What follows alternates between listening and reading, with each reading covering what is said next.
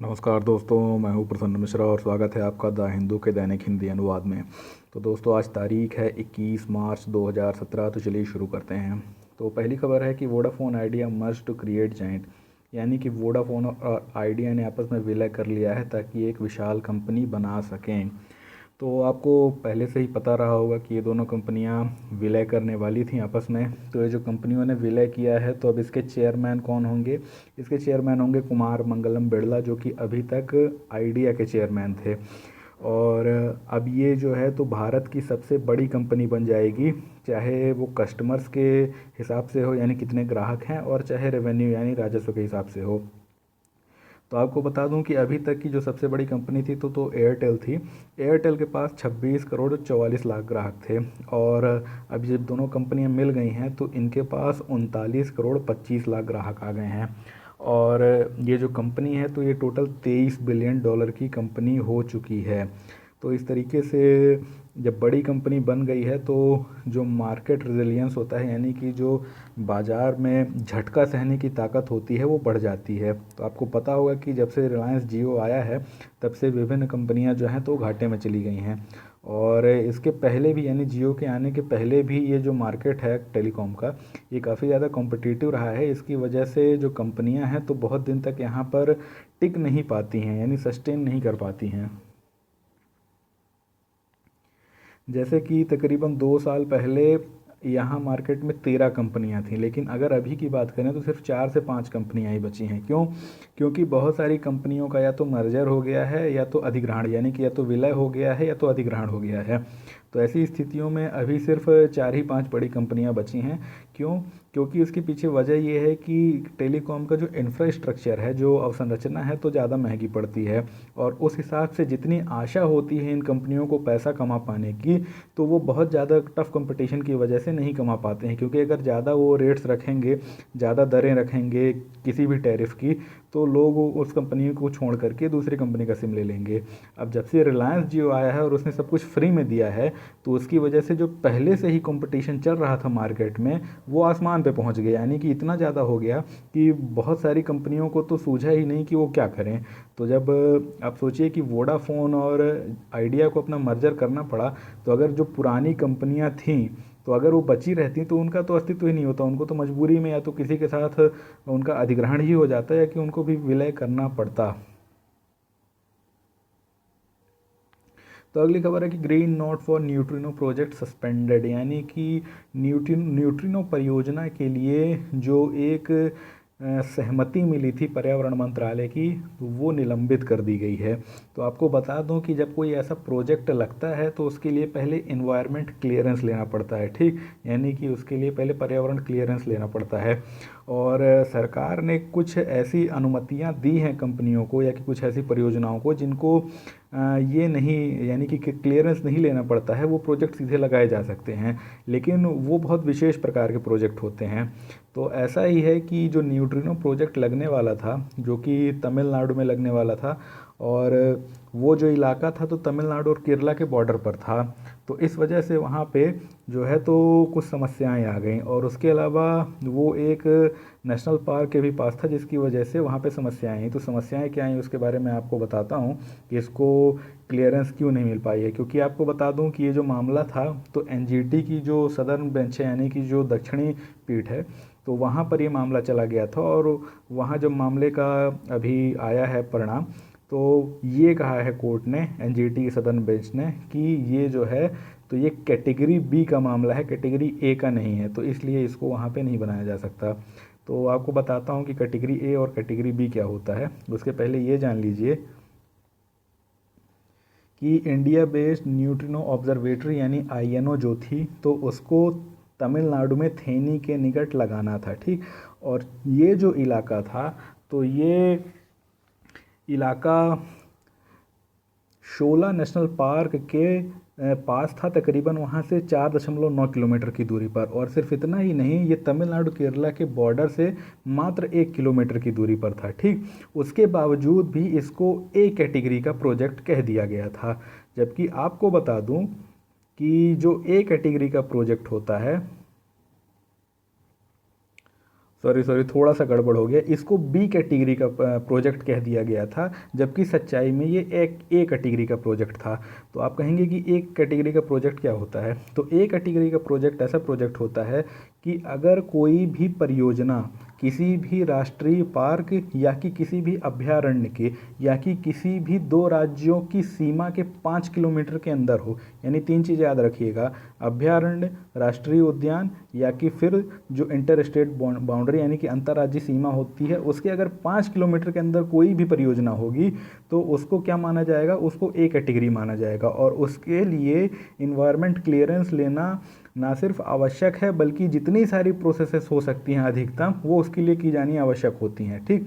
जबकि जो B category का प्रोजेक्ट होता है तो उसके लिए कोई भी इन्वायरमेंट इम्पैक्ट असेसमेंट यानी कि जो पर्यावरण प्रभाव आकलन की आवश्यकता है वो नहीं होती है और उसके लिए सीधे क्लियरेंस मिल जाती है। तो जो पर्यावरण मंत्रालय था तो उसने कहा कि ये बी कैटेगरी का प्रोजेक्ट है तो इसके लिए किसी भी क्लियरेंस की ज़रूरत नहीं है, लेकिन एनजीटी ने कहा है कि नहीं, ये बी कैटेगरी का नहीं है, ये ए कैटेगरी का है। तो इसके लिए जो है तो पूरा का पूरा पर्यावरण प्रभाव आकलन किया जाएगा, तब जा करके इसको वहाँ पर अनुमति दी जाएगी। तो इस मामले में ये जो परियोजना है तो ये लटक गई है और ये काफ़ी दिनों लटके ही रह गए, आप देखिएगा। अगला है दोस्तों कि Ganga Yamuna termed living persons, यानी कि जो गंगा और यमुना हैं तो इनको जीवित व्यक्ति की संज्ञा दी गई है। तो आपको बता दूं कि उत्तराखंड की हाई कोर्ट ने, उत्तराखंड के उच्च न्यायालय ने ये कहा है कि जो गंगा और यमुना तथा इनकी सहायक नदियां यानी ट्रिब्यूटरीज हैं तो उन सभी को लिविंग पर्सन अर्थात जीवित व्यक्ति की संज्ञा दी जाए। और सिर्फ इतना ही नहीं, जीवित व्यक्तियों की संज्ञा दिए जाने के साथ ही साथ उनको जीवित व्यक्तियों से संबंधित जो राइट्स हैं यानी कि उनके अधिकार, जो ड्यूटीज़ हैं, उनके कर्तव्य और जो लायबिलिटीज़ यानी जो उनकी जिम्मेदारियां या उत्तरदायित्व हैं, उन सभी चीज़ों को एक व्यक्ति के समान ही ट्रीट किया जाना चाहिए, यानी कि एक व्यक्ति के समान ही वहाँ पर वैसा व्यवहार किया जाना चाहिए। जैसे कि अगर किसी भी व्यक्ति को आप कोई क्षति पहुँचाते हैं तो क्या होगा? ज़ाहिर तौर पे कानूनन आपके खिलाफ कोई एक्शन लिया जाएगा। तो इसी प्रकार से अगर आप गंगा यमुना उसकी सहायक नदियों को किसी प्रकार की क्षति पहुँचाते हैं तो आप पर वहाँ एक्शन लिया जाएगा, ये कहना है कोर्ट का एक तरह से। तो ये एक याचिका डाली गई थी 2014 में और उसी के परिप्रेक्ष्य में यहाँ पर ये निर्णय सामने आया है। तो आपको बता दूं कि अभी कुछ दिन पहले ही मैंने आपको बताया भी था, 2-3 दिन पहले, कि न्यूजीलैंड में एक नदी है, उसका नाम है वांगानुई, ठीक। और किस ट्राइब की वहाँ पे बाहुल्य है, अधिकता है? माओरी ट्राइब की। तो जो माओरी ट्राइब के लोग थे तो वो ये कह रहे थे कि इसको जो है लिविंग पर्सन की संज्ञा दे दी जाए, तो वहाँ पर उसको दे दी गई थी। और उसी चीज़ को देखते हुए, उसी के मद्देनज़र अभी उत्तराखंड के हाई कोर्ट ने भी गंगा यमुना और उसकी ट्रिब्यूटरी यानी कि सहायक नदियों को इसकी संज्ञा दे दी है। तो दोस्तों यूपीएससी का जो एक अपना ट्रेंड रहा है प्रीलिम्स का कि जितनी भी प्रजातियां, चाहे वो इंडेंजर्ड हों या कि फिर ऐसी हों जो एक्सटिंक्ट हो गई या कि विलुप्ति हो गई हों, यानी कि ऐसी जो प्रजातियां हैं जो कि या तो खतरे की कगार पर हैं या कि फिर बिल्कुल विलुप्ति कगार पर या हो ही गई हैं, उनसे संबंधित कई सारे जो प्रश्न हैं तो यूपीएससी बना लेता है, ठीक। तो यहाँ पर जो गौरैया यानी कि स्पैरो है तो उसका मामला चल रहा है, अभी वर्ल्ड स्पैरो डे था तो वो मामला चल रहा है, तो काफ़ी ज़्यादा खबरें हिंदू ने छापी थी। तो आप थोड़ा सा इसको इंटरनेट में जा कर के देख लीजिएगा कि जो गौरैया है तो पर्यावरण संरक्षण अधिनियम, मतलब किसके आधार पे इसको संरक्षित घोषित किया गया है, क्योंकि अलग अलग अधिनियम हैं और वहाँ पे अधिनियमों में भी अलग अलग उसकी अनुसूची यानी शेड्यूल्स हैं, तो किस शेड्यूल में किसको रखा गया है और ये किस श्रेणी में आती है, यानी कि आप देखेंगे तकरीबन उसमें 6 से 7 श्रेणियाँ हैं, ठीक। फिर उसके अलावा IUCN की जो रिपोर्ट है तो आप देख लीजिएगा, नेट में सर्च कर लीजिएगा इस पे स्पैरो एंड IUCN, तो उसमें दिखा देगा कि IUCN ने इसको किस आधार पे ट्रीट किया है, यानी कि किस स्तर पे इसको संरक्षित या असंरक्षित माना है। तो उन सारी चीज़ों को आप देख लीजिएगा, ऐसा प्रश्न आ सकता है क्योंकि जितने भी पिछले क्वेश्चंस आए हैं 4-5 सालों में तो सारी ऐसी ही प्रजातियों के आए हैं जो कि बिल्कुल खतरे पे चल रही हैं। तो दोस्तों लिखा हुआ है कि Modi to fast track his visit to Oman, यानी कि मोदी जी जो हैं तो ओमान जाने की जल्दबाजी में हैं। तो यहाँ पर लिखा हुआ है कि prime minister Narendra Modi is likely to visit Oman within weeks, यानी कि प्रधानमंत्री नरेंद्र मोदी संभवतः आने वाले कुछ हफ्तों के भीतर ही ओमान जाएंगे। तो जब जाएंगे तो उसके संबंध में बातचीत की जाएगी। अभी जो यहाँ पे पूरा लिखा हुआ है तो कोई ख़ास बात यहाँ पे नहीं लिखी हुई है। तो जब जाएंगे जो आपस में उनके समझौते होंगे वो हमारे लिए ख़ास होगा। तो नज़र इस पे बनाए रखिएगा ओमान यात्रा पे। तो यहाँ पे लिखा हुआ है कि Kishanganga of the menu in Indus talks, यानी कि जो अभी सिंधु वार्ता चल रही है तो उसमें से जो किशनगंगा परियोजना की बात है तो उसको एजेंडे या मुद्दे में नहीं रखा गया है। तो आपको बता दूं कि जो प्रमुख दो परियोजनाएं हैं, किशनगंगा परियोजना और रातले परियोजना, तो भारत और पाकिस्तान के बीच विवादित परियोजनाएं हैं। तो ये था कि अभी जो बात ही पूरी तरीके से स्थगित हो गई थी, तो ये कहा गया कि अभी कम से कम बातचीत हो तो विवादित चीज़ों को थोड़ा किनारे रखा जाए, उन पे बाद में कर ली जाएगी बात। क्योंकि कहीं ऐसा ना हो कि जो रेगुलरली यानी कि नियमित तौर पे जिन चीज़ों पे बातचीत कर चल रही थी वही रुक जाए। तो इसलिए अभी इन चीज़ों को होल्ड पे रखा गया है। आगे चल के इस विवाद पे भी कुछ ना कुछ तो सुलझाना पड़ेगा ही दोनों देशों को। तो दोस्तों अगली खबर है कि China warns US against arms sales to Taiwan, यानी कि चीन ने यूएस को ताइवान को हथियार बेचने के लिए चेताया है। तो आपको मैंने कल भी बताया था कि यूएस अपना एक फ्रेमवर्क तैयार कर रहा है जिसमें उसने ये कहा है कि वो ताइवान को अभी कुछ ही आने वाले दिनों में भारी मात्रा में हथियार प्रदान करेगा। तो ताइवान जो है तो वैसे भी चीन के खिलाफ खड़ा हुआ है। तो मैंने पूरा मुद्दा आपको पहले भी समझाया हुआ है कि ताइवान की संप्रभुता जो है तो चीन ने दबा करके रखी हुई है, चीन उसे अपना हिस्सा बताता है। तो है क्या कि ताइवान अगर इतने ज़्यादा हथियार अपने पास रख लेगा तो भविष्य में हो सकता है कि अगर वहाँ पर ये आवाज़ उठ जाए कि हम अब पूरी तरीके से अपनी संप्रभुता लेंगे, तो चीन के साथ युद्ध होने की स्थिति में जो है तो चीन को हो सकता है कि भारी जोर लगाना पड़ जाए, जिससे कि बहुत क्षति हो सकती है। तो है क्या कि चीन नहीं चाहता है कि इतना ज़्यादा उकसावा ताइवान को हो कि ताइवान खड़ा ही हो जाए चीन के खिलाफ, ठीक। तो इसलिए उसने अमेरिका को चेताया है कि आप ये जो हथियार दे रहे हो ये मत दो, क्योंकि ऐसा करके आप क्या करना चाहते हो कि पूरे इलाके में अस्थिरता का माहौल पैदा करना चाहते हो, और यही तो चाहता ही है अमेरिका। तो दोस्तों अगली खबर है कि Norway is the world's happiest country, यानी कि नॉर्वे संसार का सबसे खुश देश है, सबसे प्रसन्न देश है। तो दोस्तों ये लिखा हुआ है कि it surged from fourth place in last year's UN assessment all the way to the top spot, यानी कि ये पिछले साल जो यूएन की असेसमेंट यानी यूएन का आकलन था तो वहाँ पर इसको चतुर्थ स्थान, चौथा स्थान प्राप्त हुआ था। तो वहाँ से ये ऊपर उठते हुए सर्च करते हुए अब पहले स्थान पे पहुँच गया है। और जो वर्ल्ड हैप्पीनेस रिपोर्ट 2017 आई है तो वहाँ पे ये टॉप कंट्री बन गया है, ठीक। और उसके बाद जो बाकी देश हैं तो इसके बाद है डेनमार्क, फिर है आइसलैंड, ठीक, और फिर उसके बाद है स्विट्ज़रलैंड।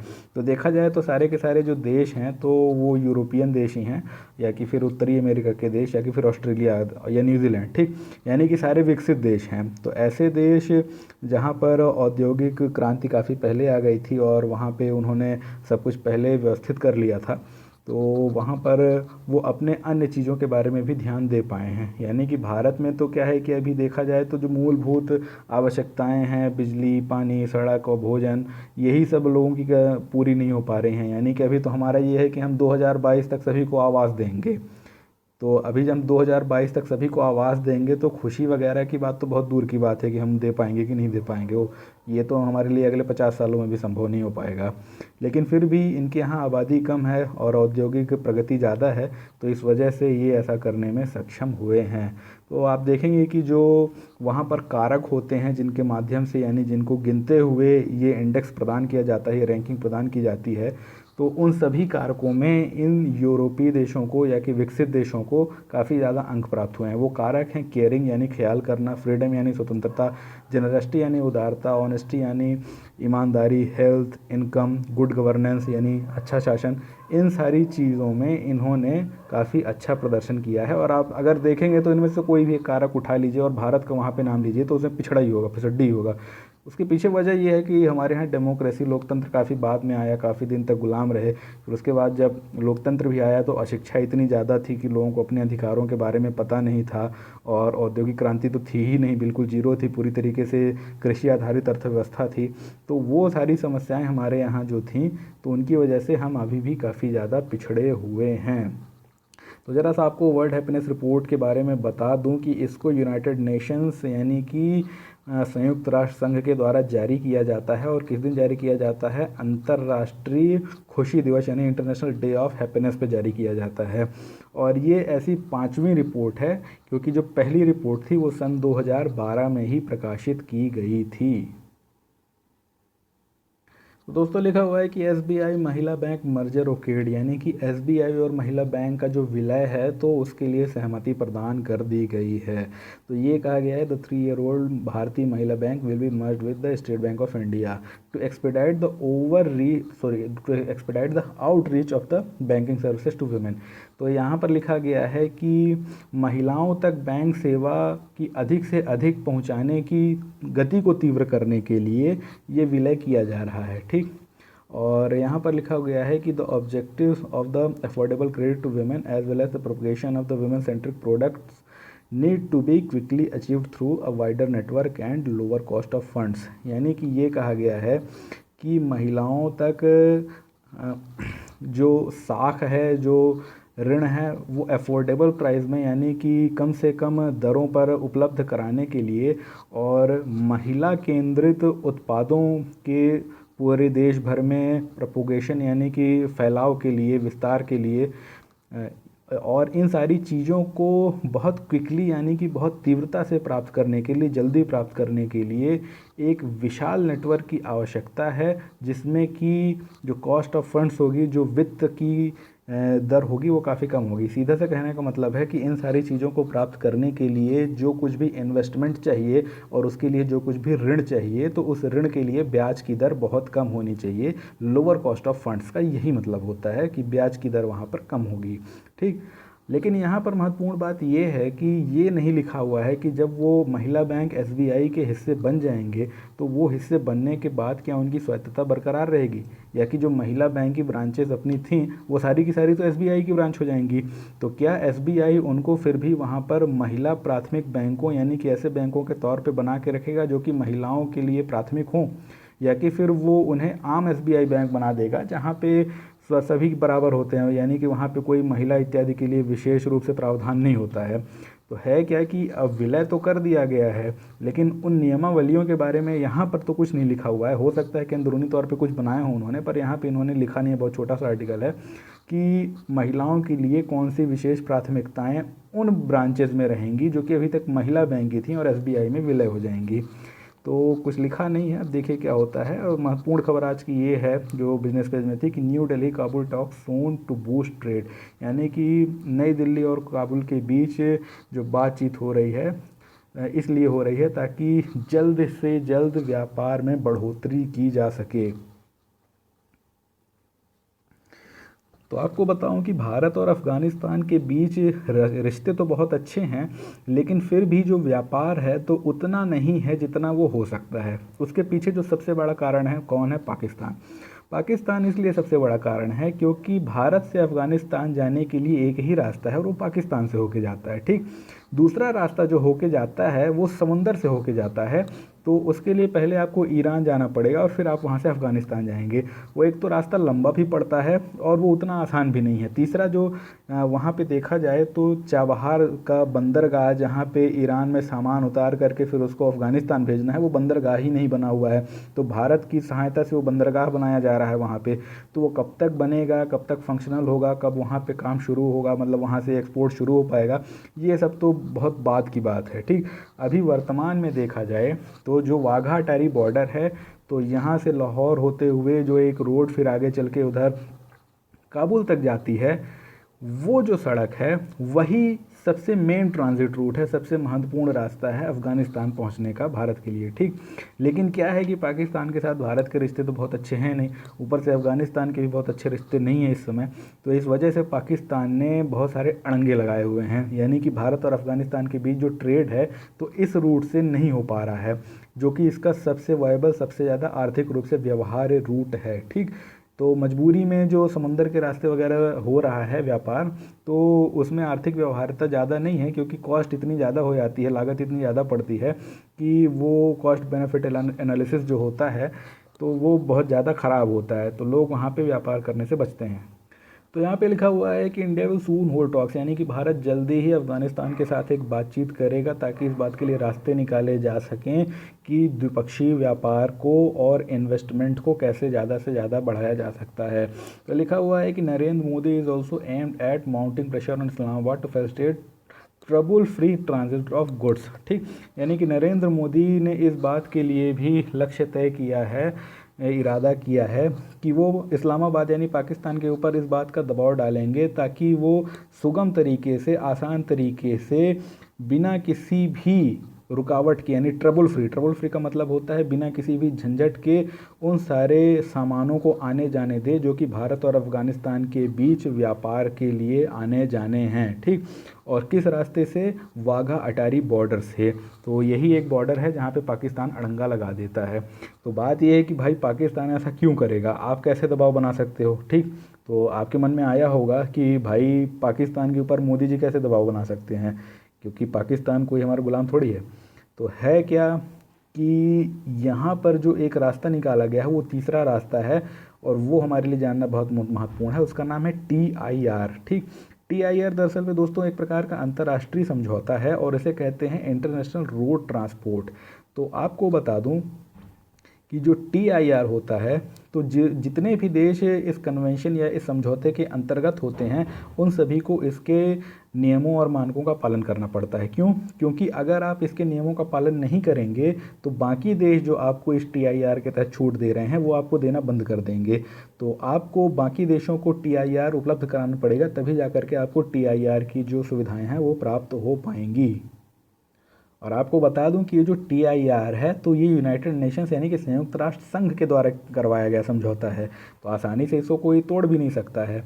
तो ये कहा गया है भारत और अफ़गानिस्तान के द्वारा कि मिल करके पाकिस्तान पे TIR के माध्यम से दबाव बनाया जाएगा ताकि भारत और अफ़गानिस्तान के बीच जो व्यापार होना है तो वो वाघा अटारी बॉर्डर से हो सके। तो आपको बता दूं कि जो TIR है तो उसमें क्या सुविधा प्राप्त है, वो ये लिखा हुआ है, ये सुविधा प्राप्त है कि facilitate trade and international road transport, यानी कि जो व्यापार और अंतर्राष्ट्रीय सड़क परिवहन है तो उन सारी चीज़ों को वहाँ से जाने की अनुमति देता है जो कि कस्टम सील्ड होती हैं, यानी कि कस्टम ने जिस चीज़ को चेक कर लिया है कि हाँ इसमें कोई गलत सी चीज़ नहीं है और जो चीज़ है तो उसके संबंध में सारी ड्यूटी वगैरह पटा दी गई है, और उसके बाद जब उसको सील कर दिया जाता है तो फिर उसको किसी भी अन्य देश में घुसने पर उस पर आम तौर पे generally inspected at border crossing यानी नहीं होती है, ऐसा कोई निरीक्षण बॉर्डर क्रॉसिंग पे नहीं होता है। तो आप कहेंगे कि बॉर्डर क्रॉसिंग जो है तो पाकिस्तान कर ले, यही तो दिक्कत है।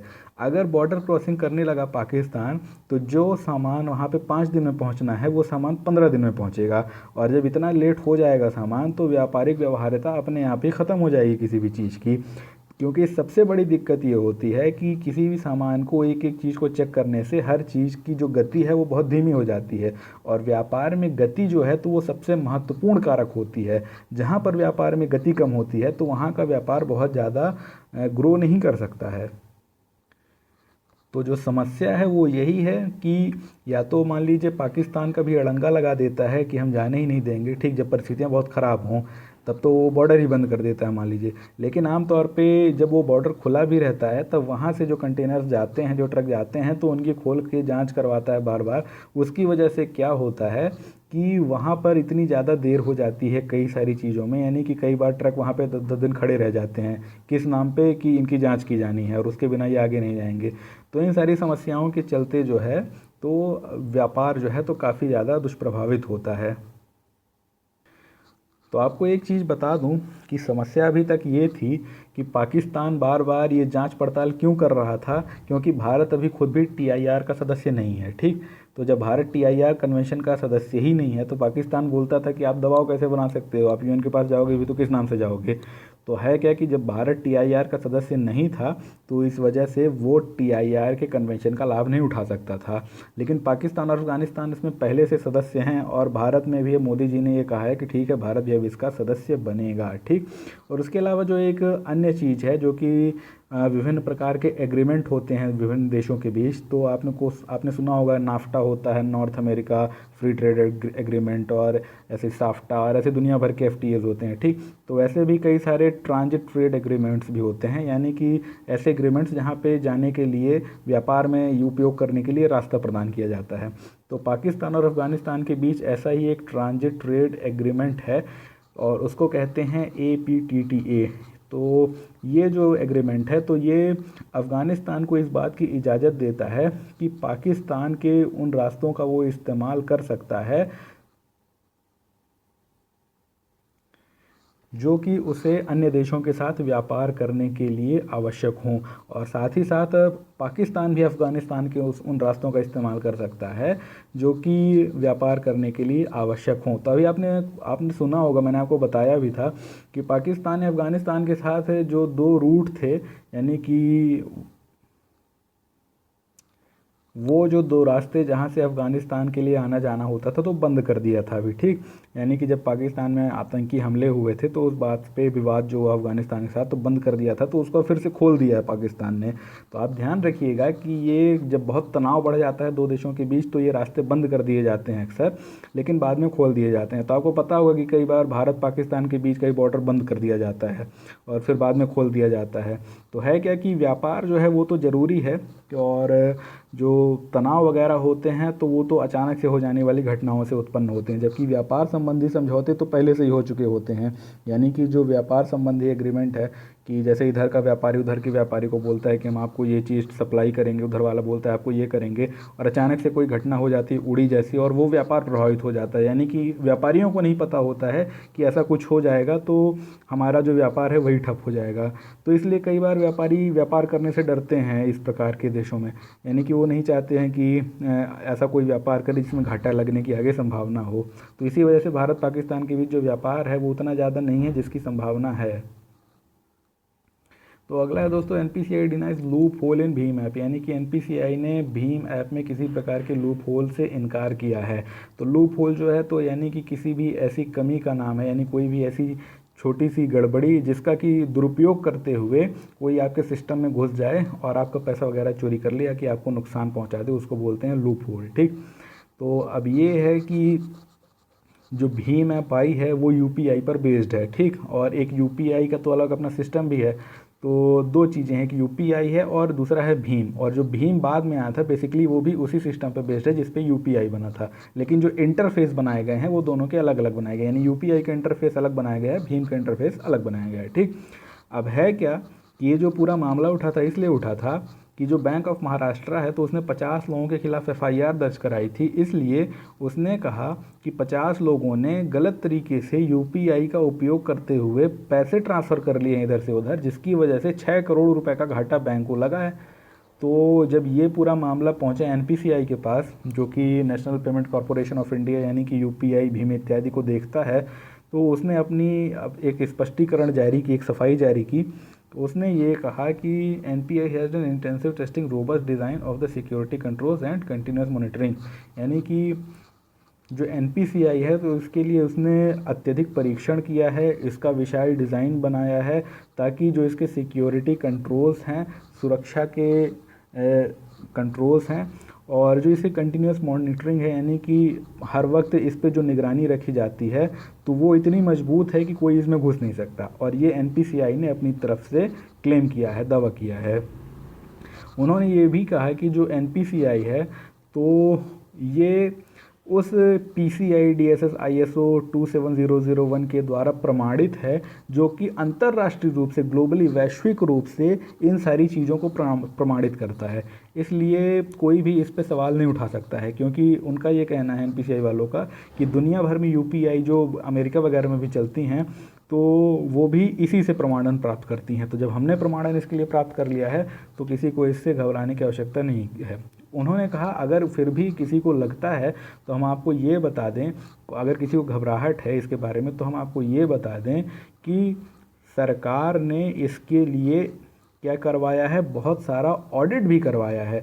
यानी कि जो रिप्यूटेड IT कंपनीज़ हैं तो उन्होंने आकर के इसका ऑडिट किया है, इसका जो है तो परीक्षण किया है, और उसके बाद उन्होंने अपनी तरफ से भी बताया है कि हाँ ये सिक्योर है। तो उसमें ऑडिट में अक्सर ये देखा जाता है कि उसमें कौन कौन से सुरक्षा मानक इन्होंने अपनाए हैं, और कई बार वो खुद से हैकिंग वगैरह के टेस्ट करके देखते हैं कि क्या इसको हैक किया जा सकता है, और अगर नहीं किया जा सकता तो ऑडिट करके बता देते हैं कि हाँ ये आपका सिक्योर है।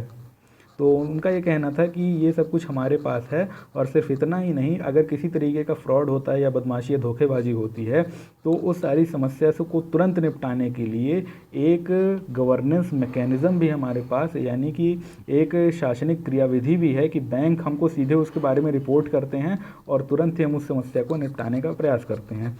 तो ले देकर के एनपीसीआई ने सफाई दी है कि यूपीआई या भीम ऐप पूरी तरीके से सुरक्षित हैं। तो दोस्तों, एक खबर है कि sign language dictionary to release in India soon, यानी कि भारत में जो चिन्ह भाषा है तो उसकी डिक्शनरी, उसका शब्दकोश तुरंत आएगा। तो दोस्तों, जो चिन्ह भाषा या साइन लैंग्वेज होती है तो उन व्यक्तियों के द्वारा इस्तेमाल की जाती है जो बोल या सुन नहीं सकते हैं।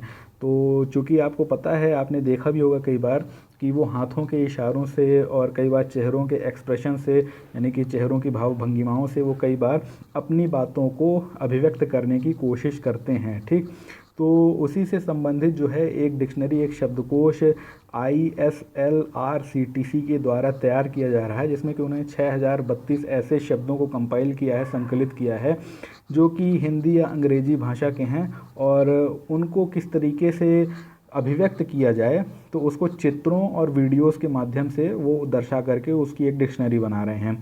तो आपको बता दूं कि हमारे यहाँ जो एक समस्या है वो ऐसा है कि भारत में बोलने वाली भाषाएं तो अलग अलग हैं ही, इसके अलावा जो साइन लैंग्वेज हैं तो वो भी अलग अलग इलाकों में अलग अलग होती हैं। तो यहाँ पे लिखा भी हुआ है कि the sign language in a diverse country like India vary from region to region, यानी कि इलाके से इलाके बदलने पर भारत में साइन लैंग्वेज भी, यानी चिन्ह भाषा भी बदल जाती है।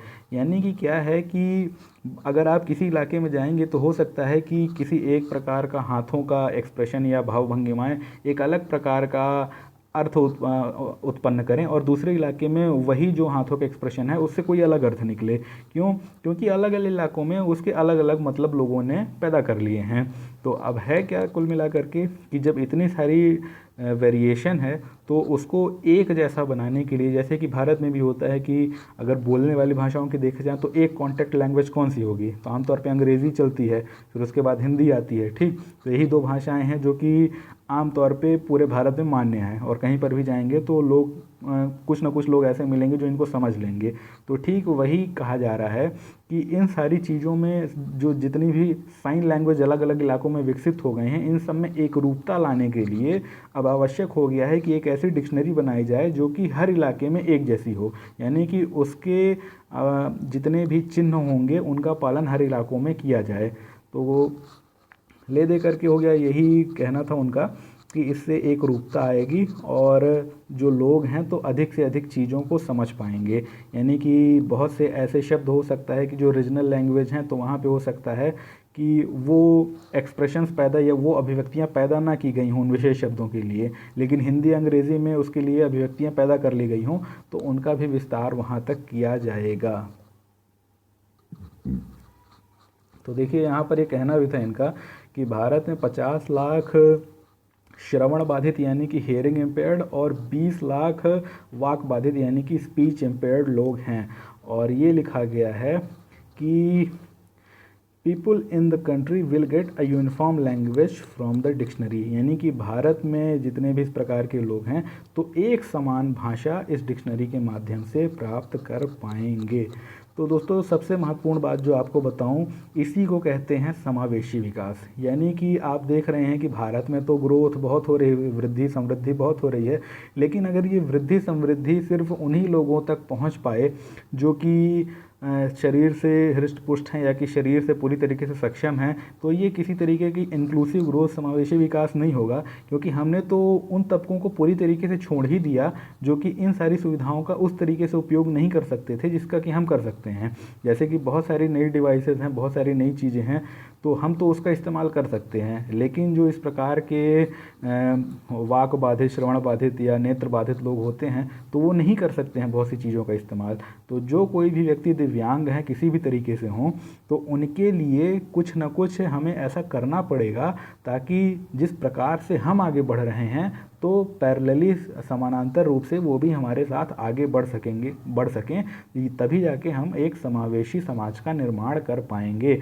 और अगर हम किसी भी तबके को छोड़ दें, चाहे वो धन के मामले में कमज़ोर हो, चाहे वो जातिगत रूप से पीछे हो या किसी भी रूप से पीछे हो, तब भी वो इंक्लूसिवनेस नहीं होगी, ठीक। और अगर हम उनको साथ ले लें और ऐसे दिव्यांगों को छोड़ दें तब भी इंक्लूसिवनेस नहीं होगी। तो जो समावेशी विकास की अवधारणा है वो ऐसी है कि कोई भी व्यक्ति हो, ठीक, चाहे उसका लिंग कुछ भी हो। जैसे कि देखा जाता है कि जो थर्ड जेंडर था, जैसे ट्रांसजेंडर बोलते हैं, तो उसको बहुत दिन तक बहिष्कृत रखा गया। तो समावेशी विकास नहीं है, क्योंकि आपने तो एक तबके को किनारे ही कर दिया है, उसको तो बहिष्कृत ही कर दिया गया है। तो इन सभी समाज के हर तबके को साथ लेकर के चलना ही जो है तो समावेशी विकास होता है। और आपको बता दूं, एक सुगम भारत अभियान था जो कि दिव्यांगों के लिए ही बनाया गया था। यानी कि उसमें ये कहा गया था कि जितने भी कंस्ट्रक्शंस होंगे, चाहे कोई भी ऑफिस बनाया जाए, बिल्डिंग बनाई जाए, रेलवे स्टेशन हो, एयरपोर्ट हो, वहाँ पे ऐसा बनाया जाएगा कि जो दिव्यांग व्यक्ति होंगे तो उनको वहाँ पर आने जाने में किसी प्रकार की असुविधा ना हो, ठीक। तो सुगम भारत अभियान जो है तो उसको आप ज़रूर पढ़ लीजिएगा। तो दोस्तों, इस प्रकार से आज के हिंदू का दैनिक हिंदी अनुवाद समाप्त होता है। कल फिर से मिलेंगे, तब तक के लिए धन्यवाद। शिवरात्रि, जय हिंद।